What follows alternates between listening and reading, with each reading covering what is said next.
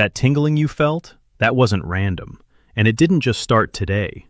It means something in your body has already been going wrong for years, silently, while you thought everything was fine. The real question is, how much damage has already been done before you even noticed? If you're serious about taking better care of your health, make sure you subscribe. I share simple, practical advice designed especially for seniors.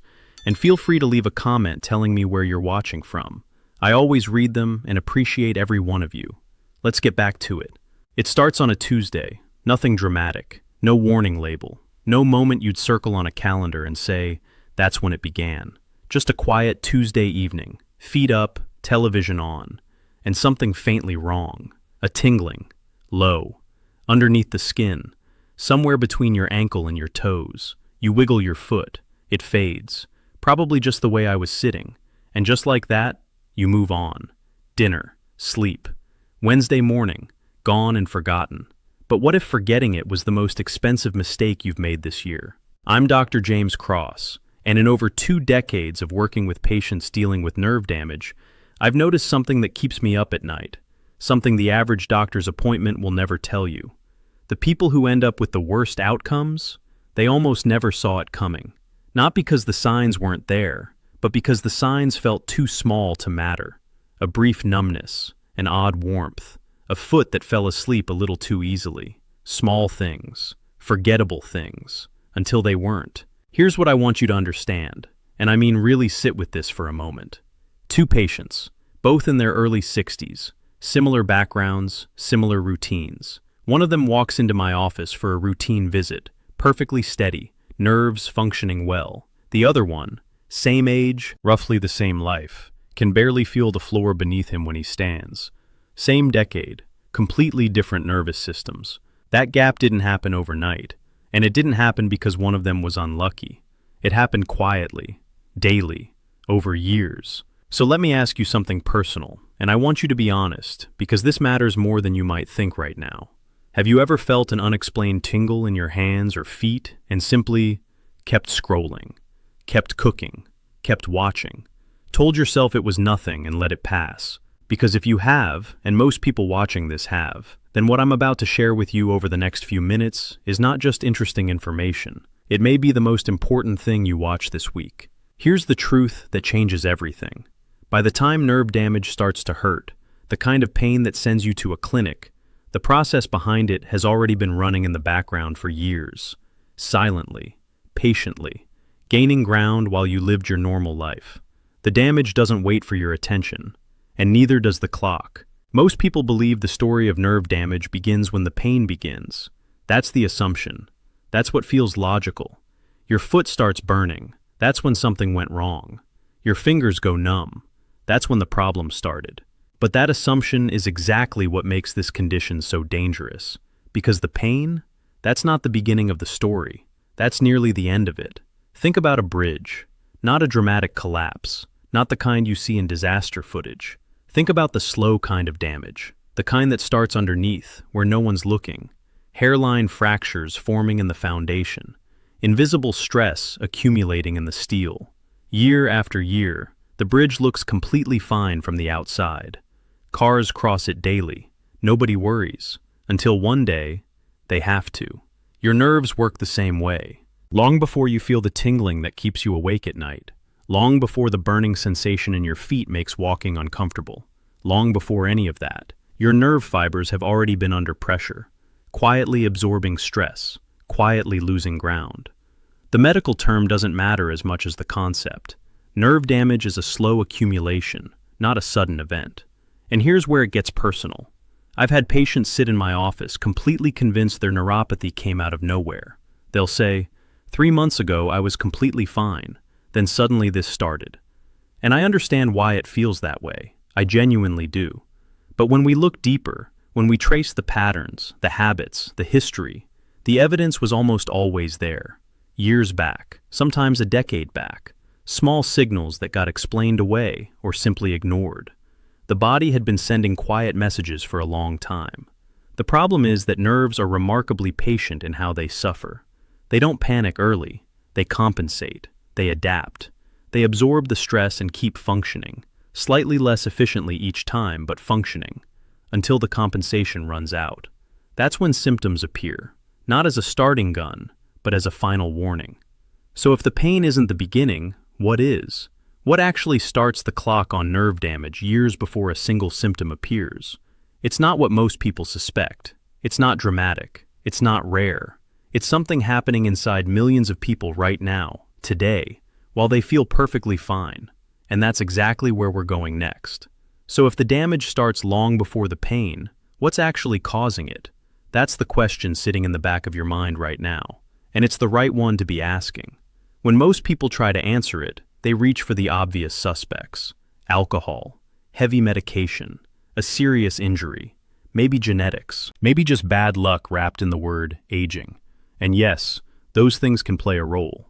But here's what I've observed over and over again in clinical practice, in patient histories, in the cases that genuinely puzzled me until I started looking at the full picture. The majority of people developing nerve damage today, they don't drink heavily. They haven't had a major injury. Their family history is unremarkable. And yet, there it is. Progressive, quiet, advancing. So what's the real driver? It's not one catastrophic thing. That's the part that throws people off completely.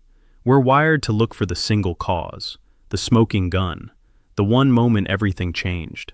But nerve damage, in most cases, doesn't work that way. It works through repetition. Small, consistent, daily. Think about what happens when you press your thumb into your palm once. Nothing. No damage. No lasting effect. But press that same spot, same pressure, same location, 300 times a day, every day, for 5 years, now you have a problem. That's the model. That's the mechanism most people never hear explained this simply. It's not about one bad meal, one bad week, one stressful month. It's about what your body is being asked to handle over and over again, without adequate recovery, until something starts to give. And what is that repeated stressor? Here's where I want you to pay close attention, because this is the part that will make you rethink things you've considered completely harmless. It's the internal environment your body is living in every single day. Every time you eat something that digests rapidly, every time your body has to react quickly and forcefully to manage what just entered your system, there is a biological response, a shift, a spike followed by a crash, followed by another spike. Under normal circumstances, occasionally, your body handles it beautifully. It was designed to manage short-term fluctuations. But here's the critical word: occasionally. What happens when that internal spike isn't occasional anymore? What happens when it's breakfast, and the mid-morning snack, and lunch, and the afternoon drink, and dinner, day after day after day, with barely a window of calm in between? Your body never gets the recovery it needs, and the tissue that suffers most quietly, the tissue that doesn't complain loudly until the damage is already deep, is nerve tissue. Nerves are extraordinarily sensitive to internal instability. They require a consistent, stable environment to function and maintain themselves. When that environment is constantly shifting, constantly reacting, constantly under low-grade stress, they begin to deteriorate. Not dramatically, not all at once, slowly, invisibly, the way everything dangerous in this story moves. The question is no longer what is causing the damage. The question is, how deep does it go? And how long has it already been happening inside your body without a single symptom to show for it? That answer might genuinely surprise you. Here's a conversation I've had more times than I can count. A patient comes in, concerned. They've been feeling off, the tingling, the occasional numbness, something that just doesn't feel quite right. So they did what responsible people do. They went to their doctor. They got their tests done. They sat in that paper-covered chair and waited for answers. And the doctor came back with a smile. Everything looks normal, nothing to worry about. And for a moment, relief. Pure, uncomplicated relief. They go home. They exhale. They tell their spouse, their family, "The doctor said I'm fine," and life continues exactly as it was before. But here's what troubles me deeply about that scenario.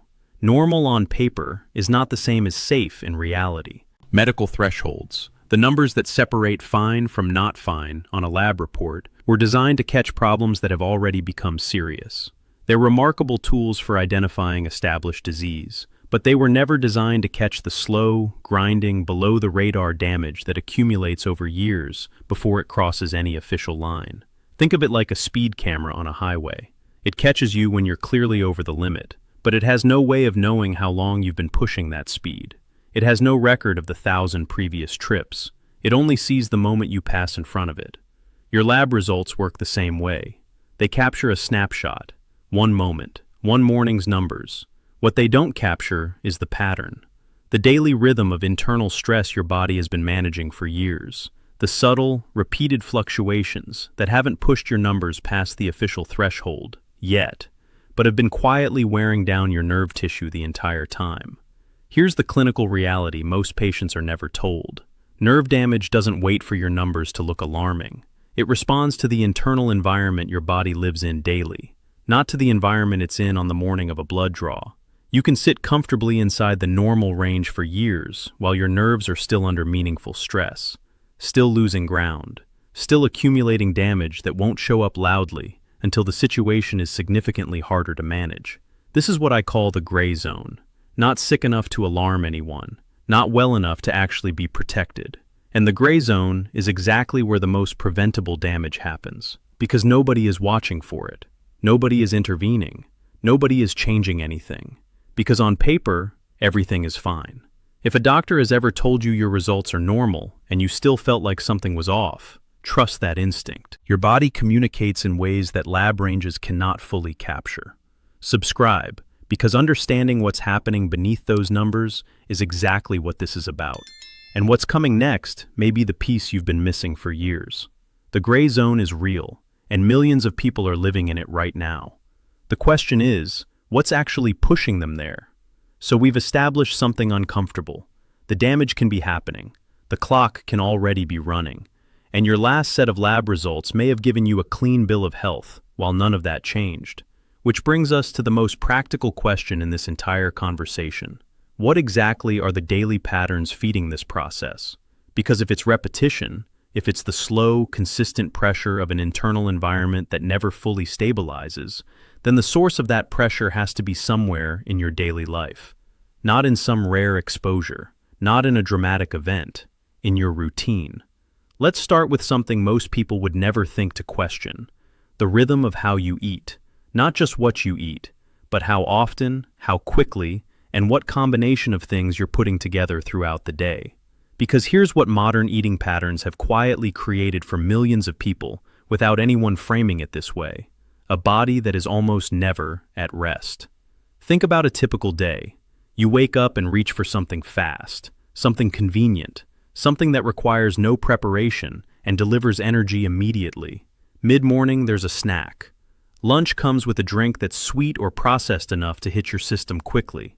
Afternoon brings another snack, maybe something grabbed between tasks. Dinner is often the largest meal of the day, eaten quickly, eaten late, eaten right before the body is supposed to slow down for the night. And somewhere in that entire sequence, where is the recovery? Where is the window where your internal environment stabilizes, levels out, and gives your body the calm it needs to maintain and repair sensitive tissue? For most people living on a modern schedule, that window barely exists, and nerve tissue is extraordinarily unforgiving when recovery is chronically absent. Here's the specific pattern that concerns me most as a clinician. It's not the occasional indulgence. It's not the holiday meal or the birthday cake.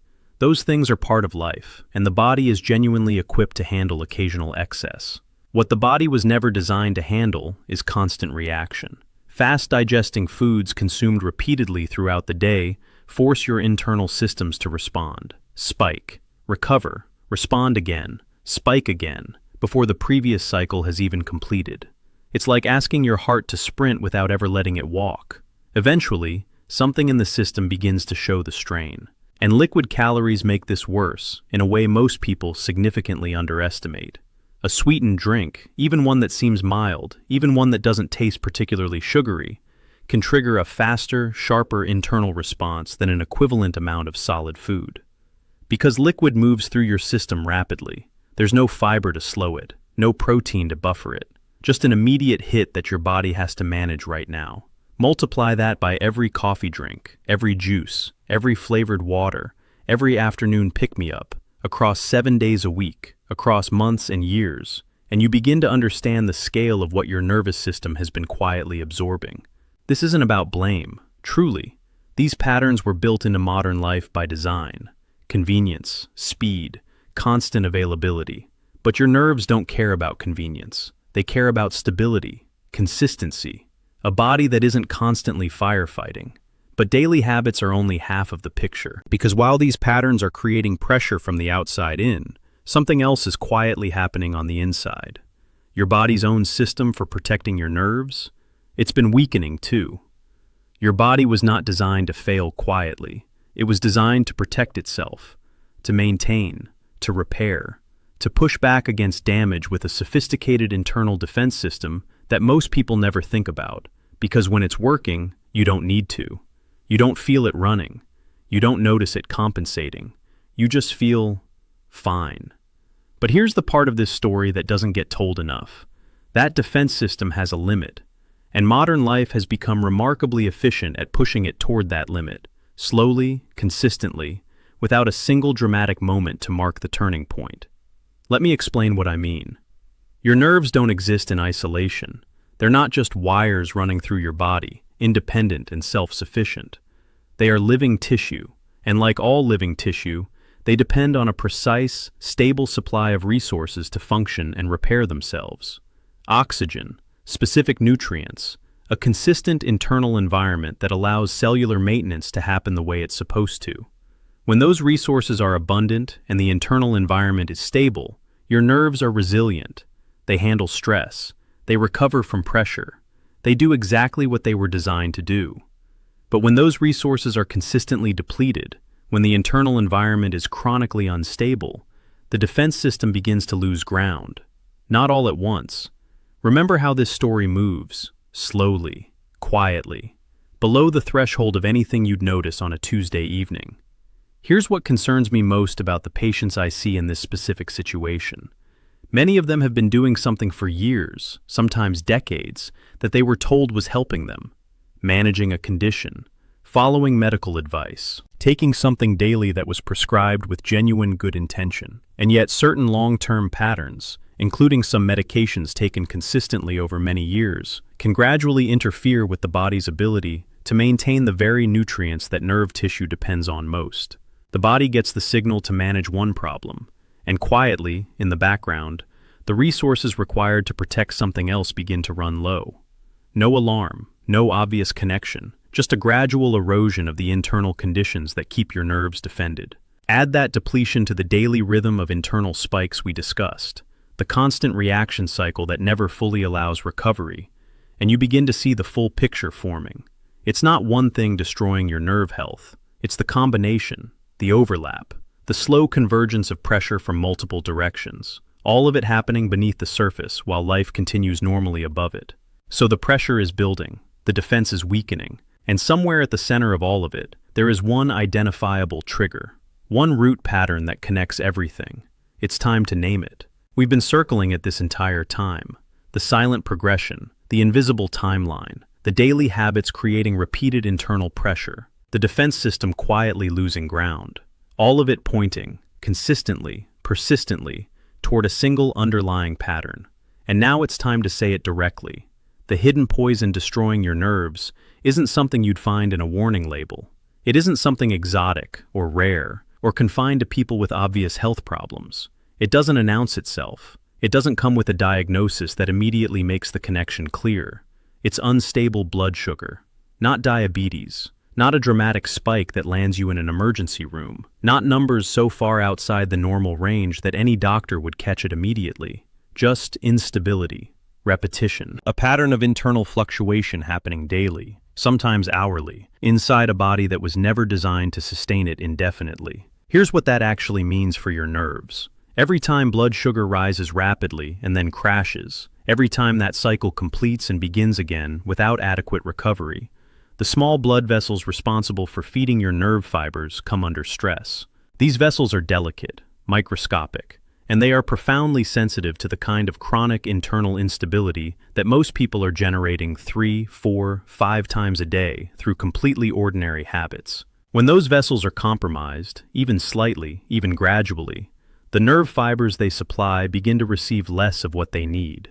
Less oxygen, less nutrients, less of the stable internal environment that keeps them functioning and repairing themselves properly. And nerve fibers, once damaged beyond a certain point, do not regenerate easily. That's the biological reality beneath the tingling, beneath the numbness, beneath the burning sensation that wakes people up at night and makes them wonder what's happening to their body. Here's what makes this particularly important to understand.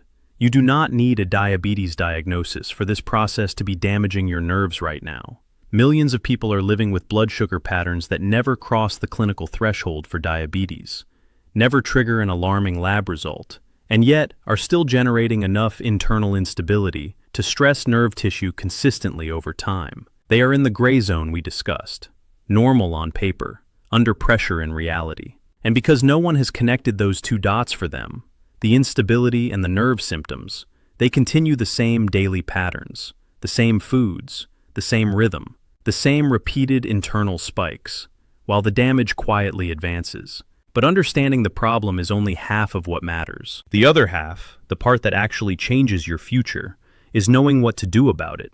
And that's exactly where we're going now. Now that you know what's driving the damage, the question shifts entirely. Not what is happening to me, but what can I actually do about it? And I want to be honest with you here, because I think you deserve honesty more than you deserve false comfort.